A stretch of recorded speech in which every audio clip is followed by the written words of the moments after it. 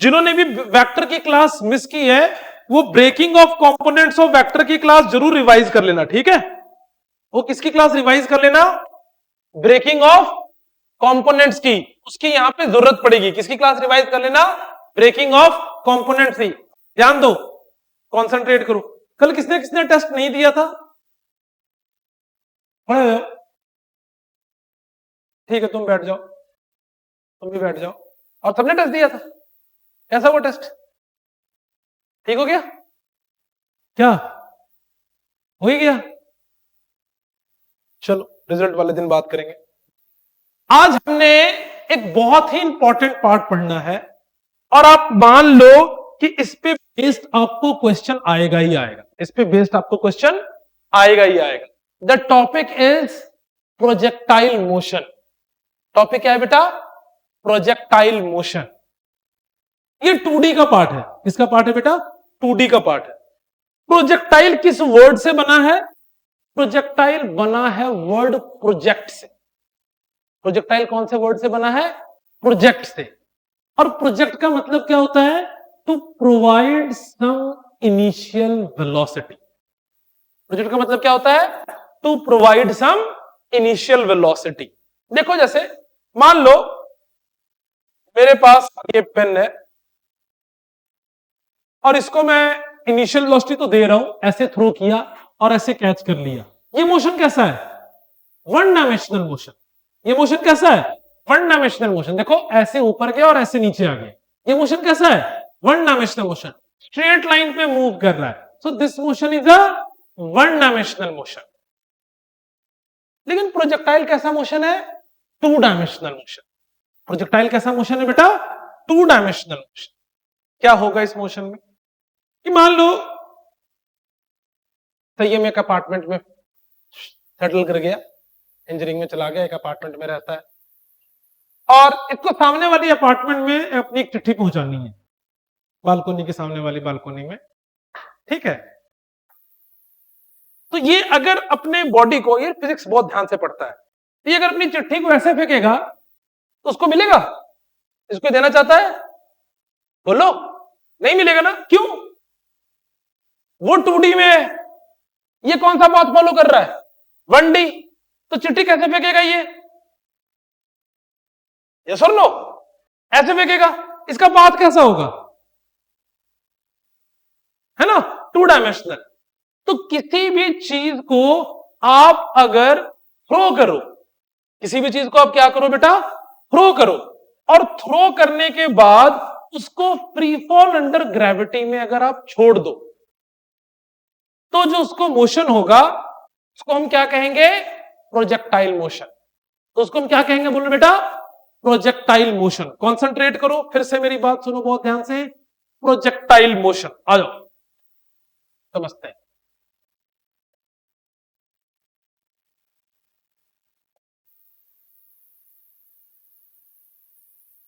ये projectile motion किस word से बना है? ये जिस वर्ड से बना है that word is project. That word is project. और प्रोजेक्ट का मतलब क्या होता है? बोलो बेटा, to provide some initial velocity.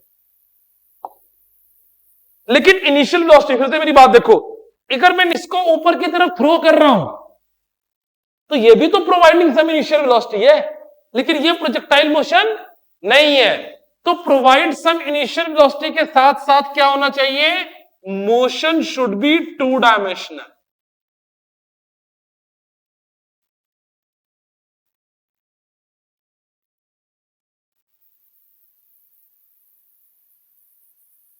Motion should be two dimensional.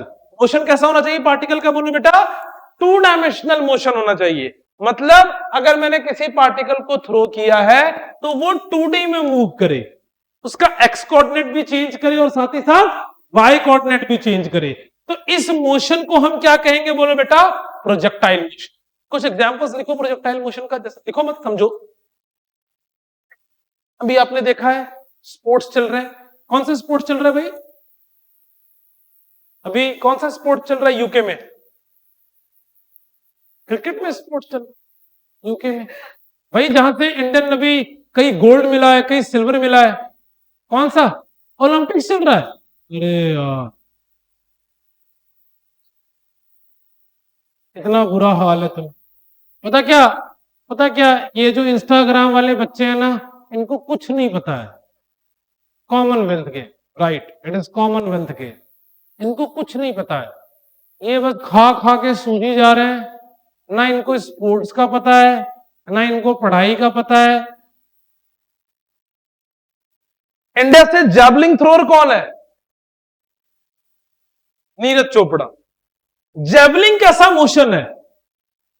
Projectile. Javelin क्या होता है? होल्ड करके थ्रो करना। तो प्रोजेक्टाइल में याद रखना है कि एक बार जब आपने बॉडी को थ्रो कर दिया, उसके बाद body free fall under gravity होनी चाहिए। ये भी इंपॉर्टेंट है। मान लो एक आदमी प्रोजेक्टाइल ऐसे लेके थ्रो कर रहा है, हाथ में जेवलिन लिया और ऐसे पकड़ के ले जाकर ऐसे फेंक दिया, क्या ये प्रोजेक्टाइल है? नो, क्योंकि वो फ्री फॉल अंडर ग्रेविटी नहीं है। मान लो एक मच्छर है, मच्छर ऐसे उड़ के ऐसे जा रहा है, क्या ये प्रोजेक्टाइल है? प्रोजेक्टाइल में क्या होगा? Once the body is projected, it will remain free fall under gravity. तो प्रोजेक्टाइल में एक बात और भी होगी। पहला तो हो गया to provide some initial velocity, इसके बाद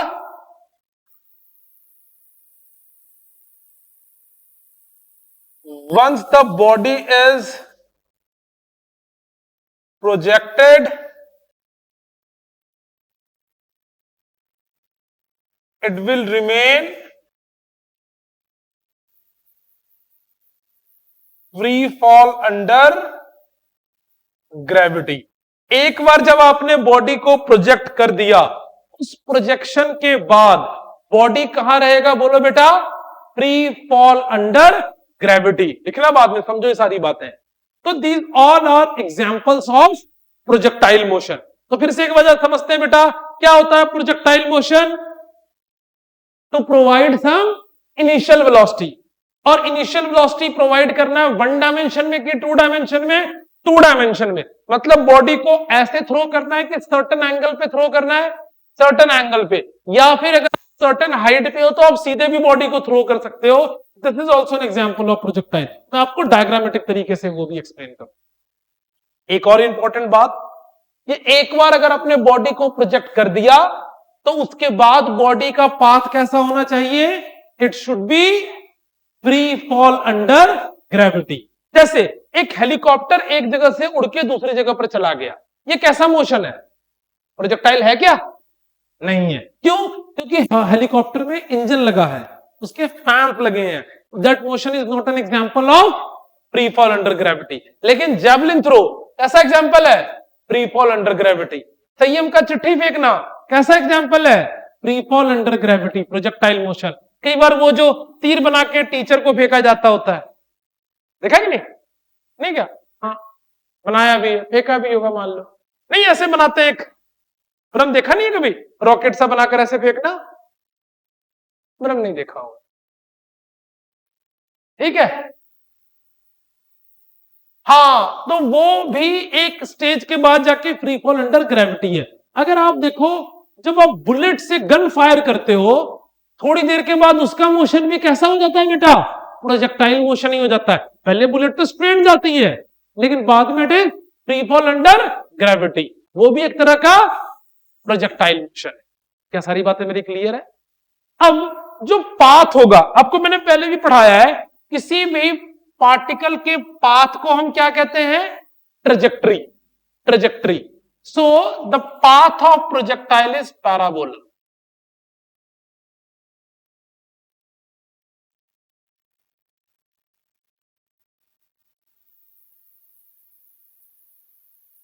Path of projectile is parabola. Projectile का पाथ कैसा होता है? बोलो बेटा, पैराबोला। या इसको हम दूसरे शब्दों में और क्या कह सकते हैं? ट्रेजेक्ट्री। ट्रेजेक्ट्री का मतलब क्या होता है? Path followed by an particle. So trajectory of particle in projectile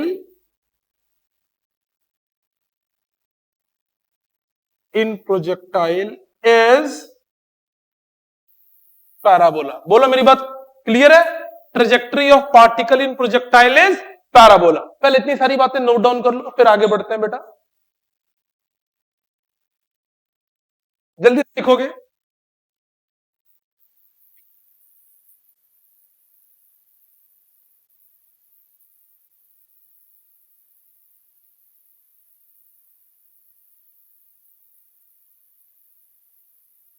इस वीक आपका टेस्ट वेडनेसडे को नहीं है, इस वीक आपका टेस्ट सैटरडे को होगा। सैटरडे को पहले वेक्टर्स का रिटन टेस्ट होगा एंड देन संडे को वेक्टर्स का एमसीक्यू टेस्ट होगा। फ्राइडे को मैं वेक्टर्स की सारी डीपीपी के डाउट्स लूंगा ऑनलाइन, और वेडनेसडे के आसपास मैं आपको सारे बैक साइज की प्रिपरेशन कराऊंगा। और वेक्टर के टेस्ट में जिसके मार्क्स बुरे आएंगे 15 अगस्त को उनका अमृत महोत्सव मनाऊंगा मैं, के घर वालों के उनका झंडा फहराऊंगा।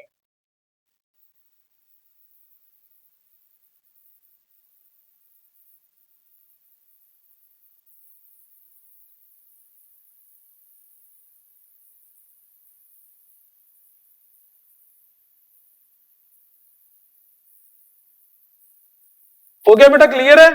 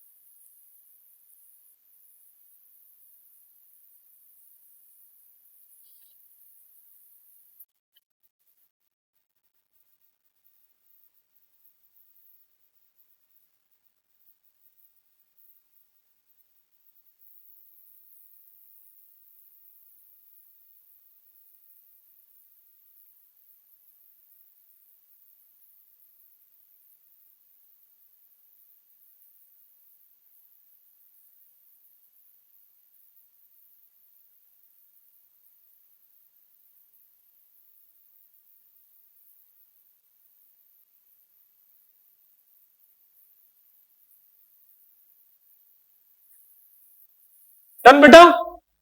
अब हमने प्रोजेक्टाइल को पढ़ते समय कुछ एजम्पशंस को माना है, तो लिखो assumptions of projectile motion. Assumptions of projectile motion. हमने प्रोजेक्टाइल को पढ़ते हुए क्या माना है बेटा? कुछ एजम्पशंस माने हैं। तो क्या है एजम्पशंस, हम उनके बारे में भी बात करते हैं बेटा। आ जाओ, तो लिखो एजम्पशंस ऑफ प्रोजेक्टाइल मोशन।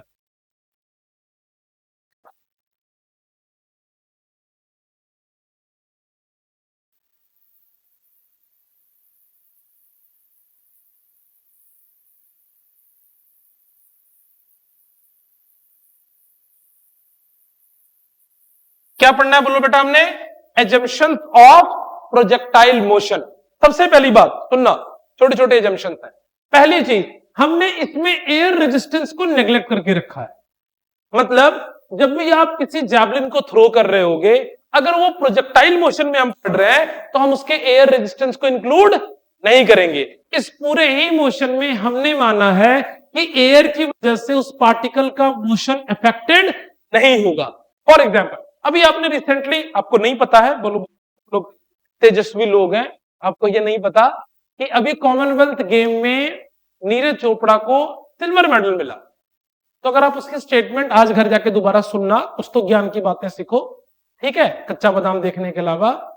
उसने ये बोला था कि तेज हवा की वजह से, एयर फ्रिक्शन की वजह से उसकी जैवलिन थोड़ी कम दूर तक गई। मतलब air friction plays a significant role.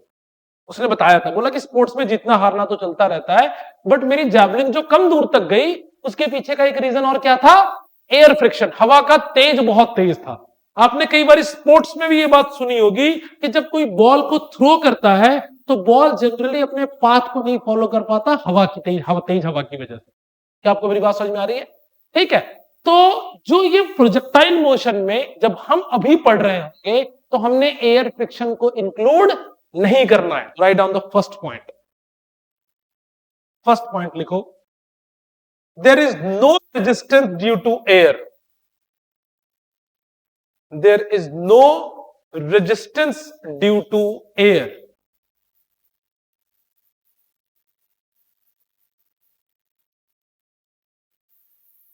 पहला पॉइंट क्लियर है। दूसरी बात, जब भी आप प्रोजेक्टाइल को थ्रो करते हो, आप इसको या तो सर्टेन हाइट से थ्रो करोगे, या जहां से भी थ्रो करोगे पार्टिकल एक बार सर्टेन हाइट को जरूर ट्रेवल करेगा। आपको ये सर्टेनली बात नहीं पता होगी, मैं आपको ग्रेविटेशन में पढ़ाऊंगा, अगर पता है तो भी जान जाओ।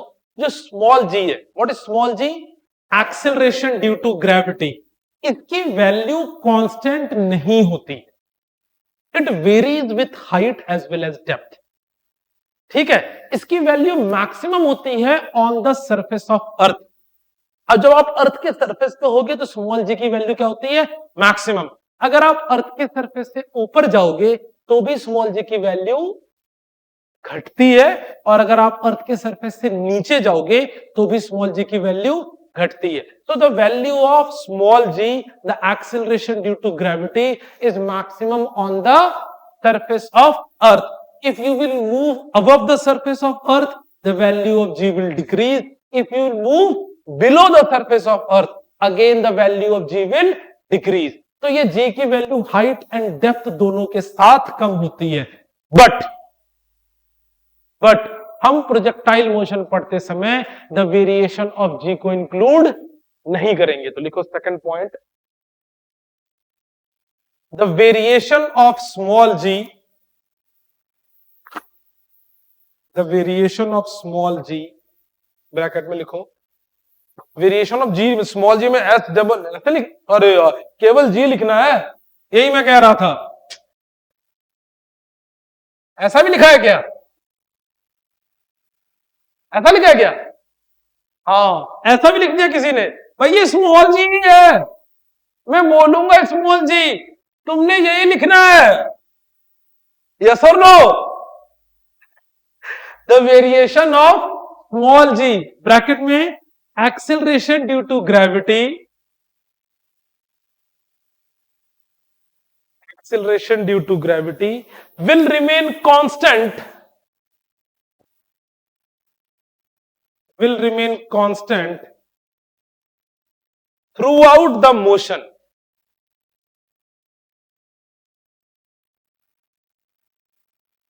Will remain constant, will remain constant throughout the motion. कहने का मतलब हम g की वेरिएशन इंक्लूड नहीं करेंगे। एक और इंपॉर्टेंट बात है, आपको यह भी पता नहीं होगा, मैं आपको बताऊं, अर्थ के रोटेशन की वजह से भी जी की वैल्यू चेंज होती है। जी की वैल्यू और क्यों चेंज होती है? ड्यू टू रोटेशन ऑफ अर्थ। जी की वैल्यू क्यों चेंज होती है बेटा? ड्यू टू रोटेशन ऑफ अर्थ। तो हम जी की value due to rotation of अर्थ को भी इंक्लूड नहीं करेंगे। नहीं, मेरी बात समझ में आई? तो लिखो the effect on small g, effect on small g due to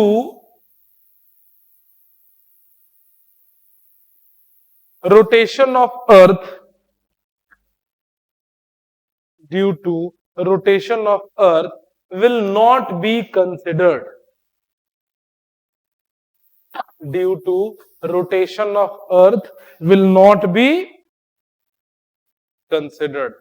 तो ये g की वैल्यू भी जो है वो हम कंसिडर नहीं करेंगे due to rotation of earth. क्या मेरी बात समझ में आ रही है? तो जब भी आप प्रोजेक्टाइल पढ़ोगे, आपने तीन बातों को कंसिडर नहीं करना है। कोई ये नहीं बोलेगा कि सर एयर फ्रिक्शन से क्या होने वाला है, कोई ये नहीं बोलेगा सर अर्थ के घूमने से कुछ होने वाला है, कोई ये नहीं बोलेगा सर जी की वैल्यू बदल रही है कि नहीं बदल रही। तो प्रोजेक्टाइल की बेसिक इंट्रोडक्शन को क्लियर?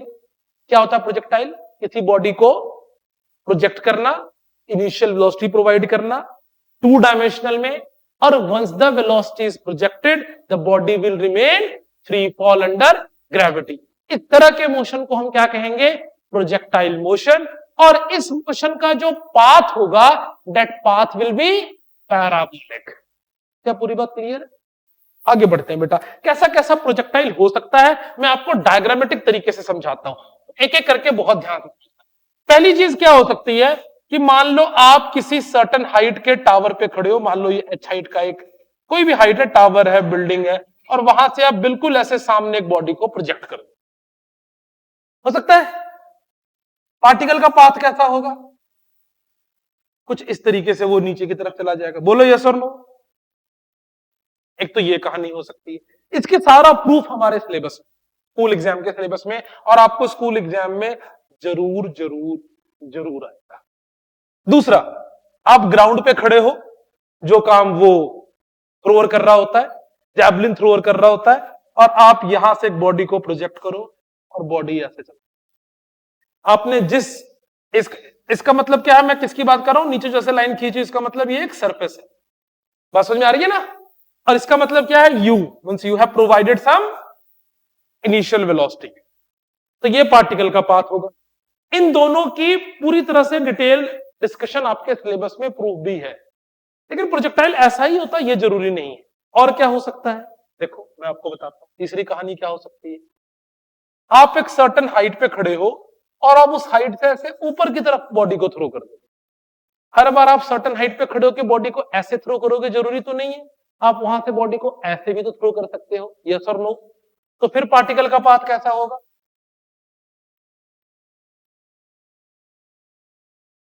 बोलो बेटा, बात क्लियर है? और क्या कहानी हो सकती है, देखो बेटा, आप फिर सर्टन हाइट पे खड़े हो और वहां से बॉडी को ऐसे नीचे की तरफ थ्रो कर दो।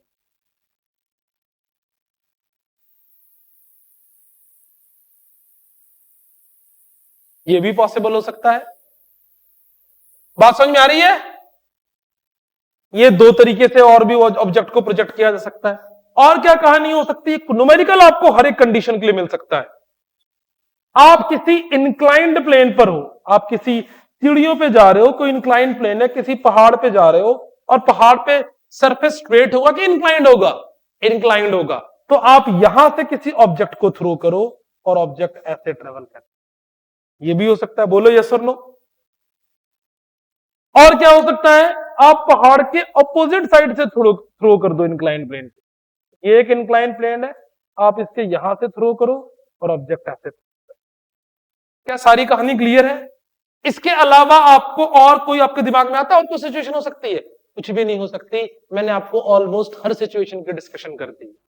ये दो के ऊपर जो मैं स्टार लगा रहा हूं, इन दोनों को ही मैं आपको प्रॉपरली प्रूव करके दिखाऊंगा।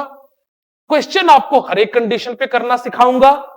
इन दो आपको जो स्टार लगाया है, इसकी प्रूफ, इसकी हर एक डिस्कशन आपको स्कूल एग्जाम में आ सकता है। सबसे पहले डायग्रामेटिक नोट कर लो, लिखो सम एग्जांपल्स ऑफ प्रोजेक्टाइल, और फिर हम पहली प्रोजेक्टाइल की डिस्कशन कंप्लीट करेंगे। फटाफट लिखो बेटा, तेजी से। नहीं, ग्रेविटी वाले क्वेश्चन में हम सीधा ड्रॉप भी कर सकते हैं, थ्रो भी कर सकते हैं।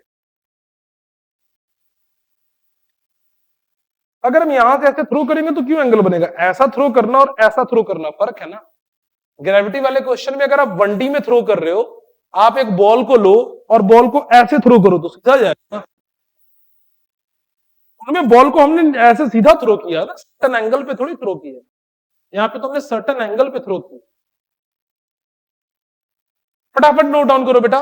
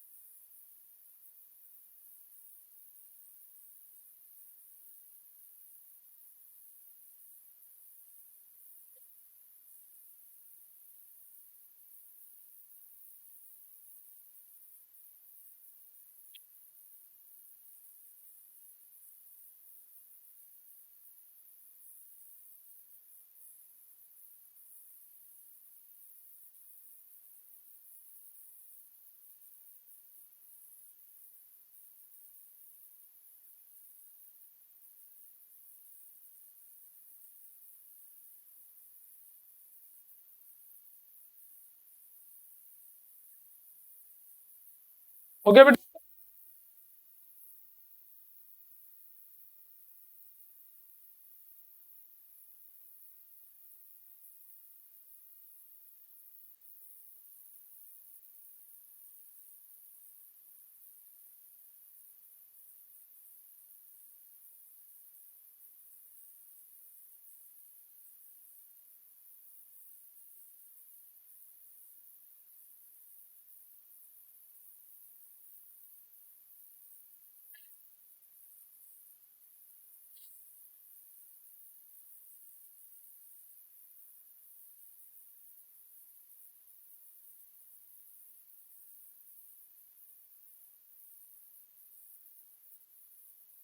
डन बेटा।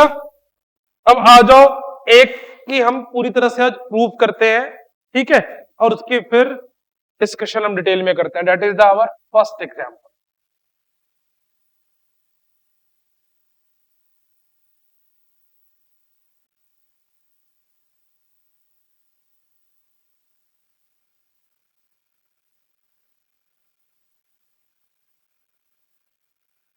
This is known as my horizontal projectile. कौन सा प्रोजेक्टाइल कहते हैं बोलो इसका हम?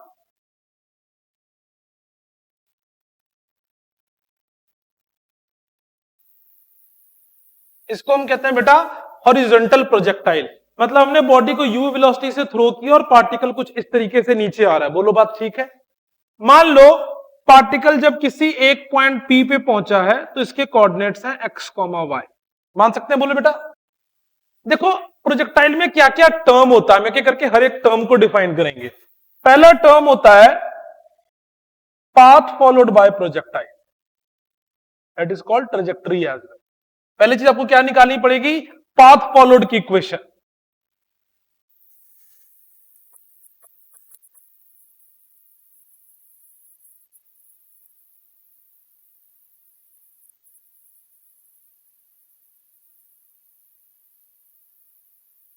पहली चीज क्या निकालनी पड़ेगी बोलो बेटा?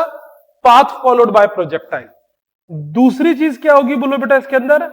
Time of flight. हमने पीछे भी सारी क्वेश्चन पढ़ी होगी फ्री फॉल वाली, वहां भी आपको याद होगा हमने क्या सीखा था? Time of flight. What is time of flight? जितनी देर तक कोई पार्टिकल कहां रहे? हवा में रहे, एयर में रहे, उसको हम क्या कहते होते हैं बोलो बेटा? Time of flight. तो पहली चीज क्या हो गई? Path followed by projectile. दूसरी चीज क्या हो गई बोलो बेटा? Time of flight. Time of flight का मतलब क्या होगा? Once the particle is projected, कितनी देर तक वो कहां था? हवा में था, इसको कहेंगे टाइम ऑफ फ्लाइट। तीसरी चीज क्या होगी? Horizontal range.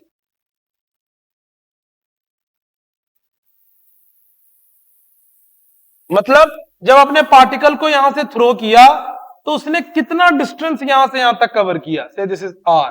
This R is known as the horizontal range. और the last part is velocity of particle at any instant. Velocity of particle eight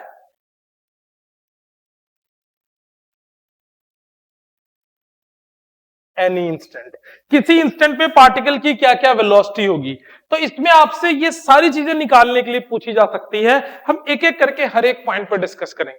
सबसे पहला पॉइंट क्या है बोलो बेटा? Path followed by the projectile. दूसरी चीज क्या होगी बोलो बेटा? Time of flight. तीसरी चीज क्या होगी बोलो बेटा? Horizontal range. और चौथी चीज क्या होगी? Velocity of particle at any instant. चलो सॉल्व करते हैं बोलो बेटा एक एक करके हर एक चीज को।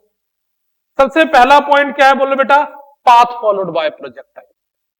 अब देखो इस बात को दोबारा अपने दिमाग में सबको बिठा लो। अगर आपको इक्वेशन बनाने नहीं आएगा तो आप प्रोजेक्टाइल सीख नहीं पाओगे, और इक्वेशन बनाना बहुत आसान है। जितने तीनों इक्वेशंस ऑफ मोशन है, कौन कौन सा? S is equal to u plus a t, v is equal to u plus a t, और s is equal to u t plus half a t square, v is equal to u plus at and v square minus u square is equal to 2s. ये सारे ही equation of motion is only valid for one dimensional motion. ये किसके लिए valid है बोलो बेटा? One dimensional motion के लिए वैलिड है। ये कभी भी टू डायमेंशनल मोशन के लिए वैलिड नहीं है। ये किसके लिए वैलिड है बोलो बेटा? वन डायमेंशनल मोशन के लिए वैलिड है, they are not valid for two dimensional motion. क्या मेरी बात समझ में आ रही है? They are only valid for one dimensional motion.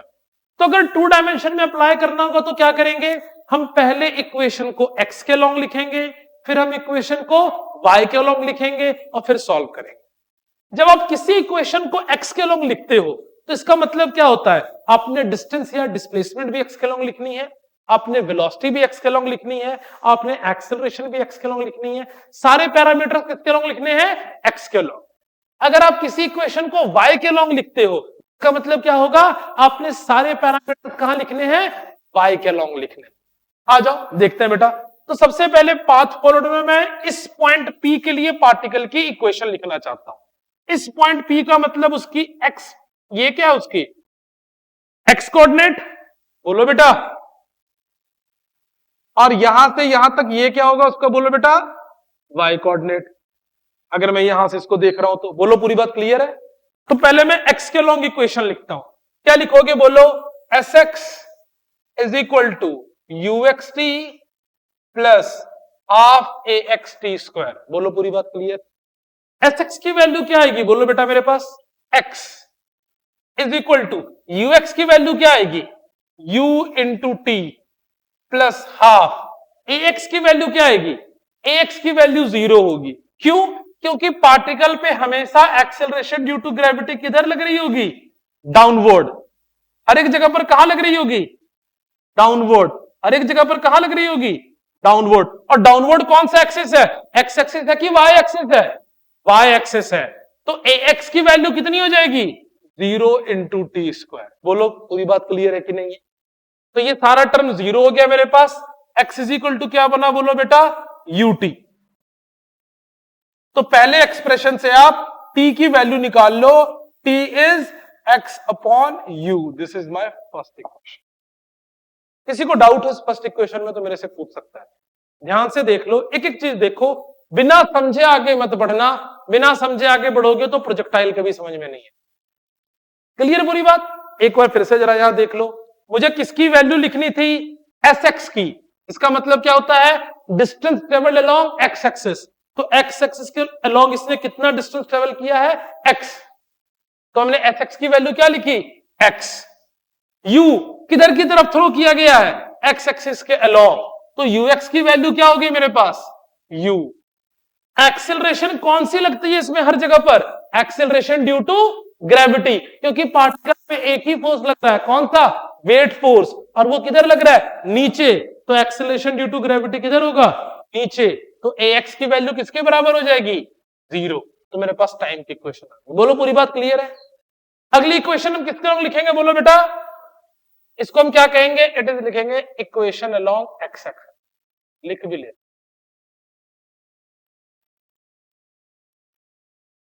Next will be my equation log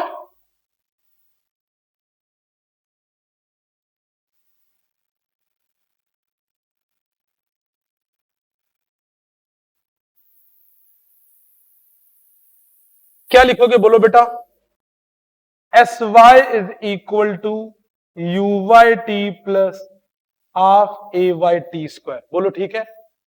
sy की वैल्यू अब क्या हो जाएगी, बोलो, y के लोग कितना डिस्टेंस ट्रेवल कर रहा है ये, y।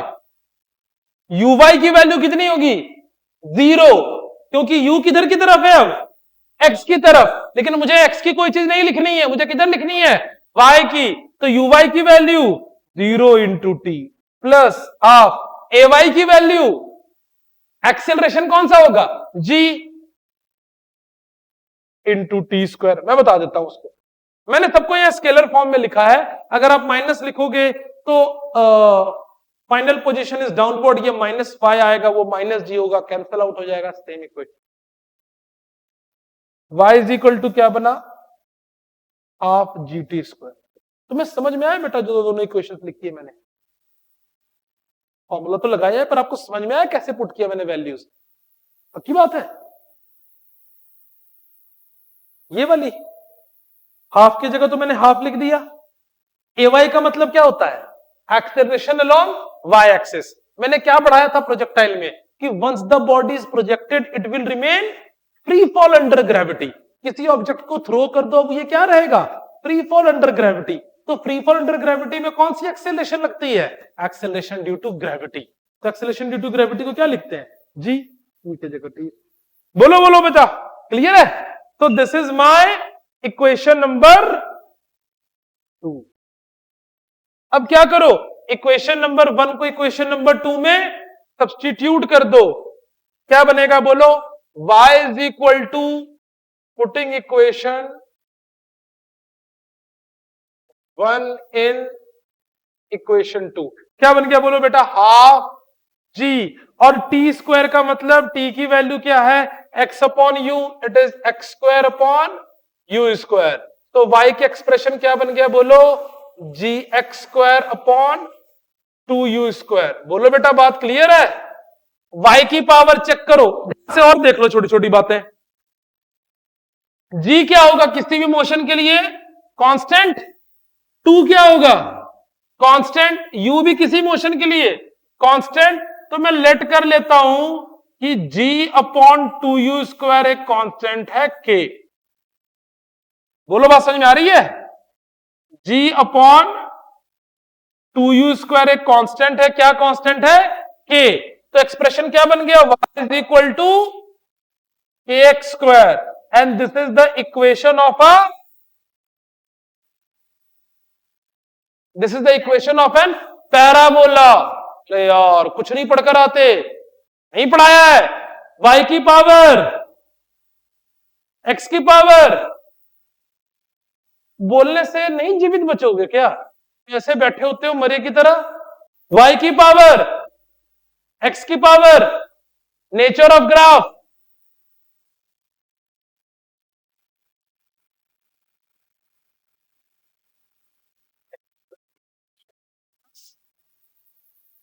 पैराबोला। इसलिए इक्वेशन कैसी हो गई, एक पैराबोला। तो हमने पहली चीज क्या प्रूव कर दी कि path followed bye a projectile is parabola. और उसकी क्या इक्वेशन है, ये उसकी इक्वेशन है। This is the equation of path followed bye a projectile. कौन सा प्रोजेक्टाइल, हॉरिजॉन्टल प्रोजेक्टाइल। ध्यान से लिखो सारी बात फटाफट।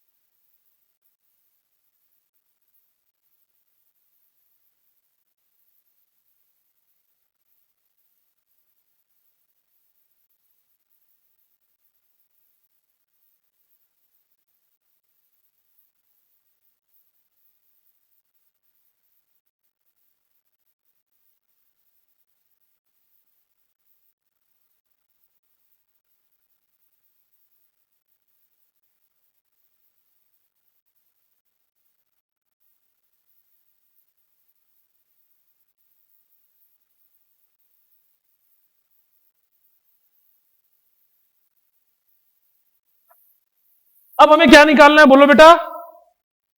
Time of flight. सबका ध्यान यहां होना चाहिए। टाइम ऑफ फ्लाइट किस पे डिपेंड करता है बोलो? एक्स पे कि वाई पे?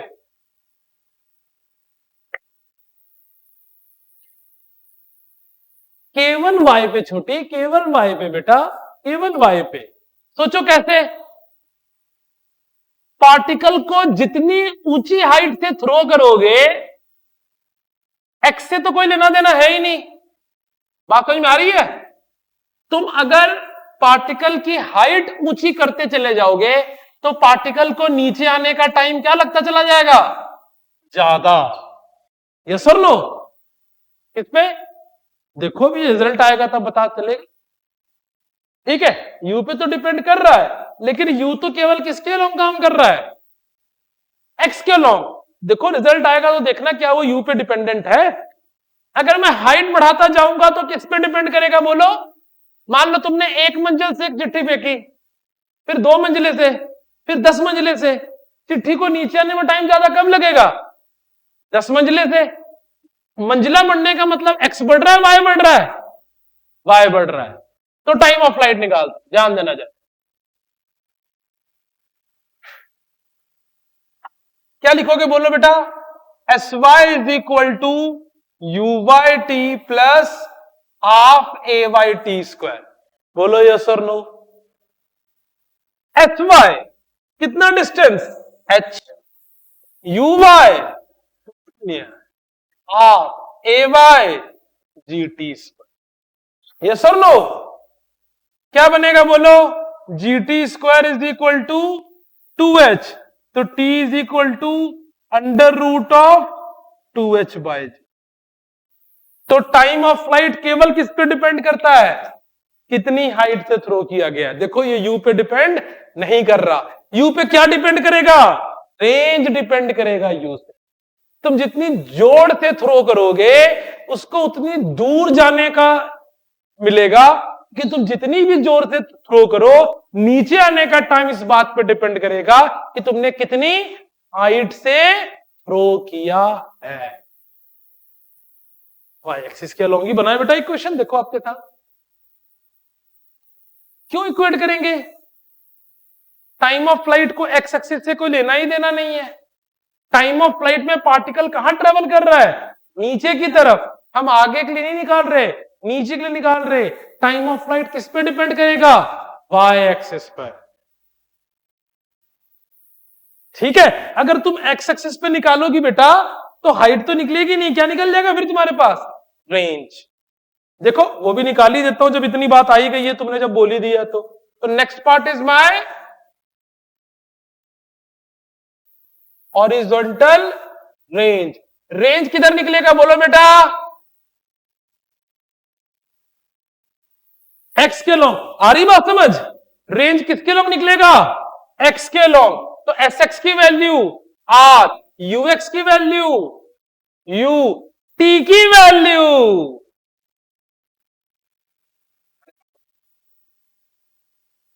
प्लस हाफ ए एक्स की वैल्यू। तो आर का रिलेशन क्या आ गया?